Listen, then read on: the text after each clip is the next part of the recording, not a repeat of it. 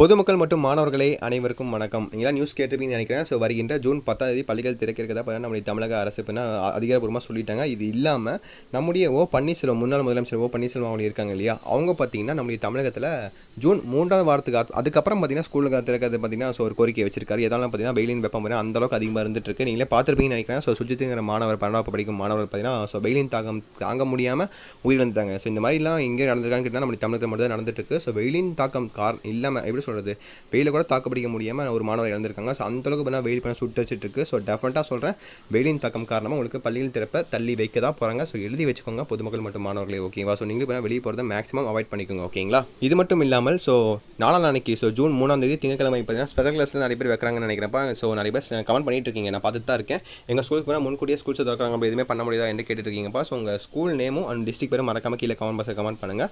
எந்த ஸ்கூல்ஸுக்கு முன்கூட்டியே வைக்கிறாங்கன்னு சொல்லி நம்ம பார்க்கலாம், ஓகேவா. ஸோ கவர்மெண்ட்டே சொல்லியிருக்காங்க. ஸோ இந்த லீவ் டைமில் ஸ்கூல்ஸ் வைக்கக்கூடாதுன்ட்டு. அதையும் மீறி அவங்க வச்சாங்கன்னா கண்டிப்பாக கவர்மெண்ட் பண்ணால் கண்டிப்பாக ஒரு நல்ல ஆக்ஷனாக எடுத்து மாணவர்களுக்கு சாதகமாக பண்ணுவாங்க, நம்ம எதிர்பார்க்கலாம், ஓகேவா. ஸோ மறக்காமல் கீழே கமெண்ட் பாக்ஸில் கமெண்ட் பண்ணுங்கள். அண்ட் இந்த வீடியோ பதிவு உங்கள் ஃப்ரெண்ட்ஸ் அண்ட் கிளாஸ்மேட் ஷேர் பண்ணிவிடுங்க, அவங்களுக்கும் ரொம்ப யூஸ்ஃபுல்லாக இருக்கும்.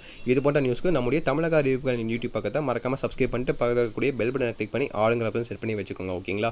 ஓகே மக்களே மற்றும் மாணவர்களே, கண்டிப்பாக இந்த வீடியோ ரொம்ப யூஸ்ஃபுல்லாக இருக்கும்னு நினைக்கிறேன். ஸோ மீண்டும் உங்களை அடுத்த பதிவில் சந்திக்கிறேன். நன்றி.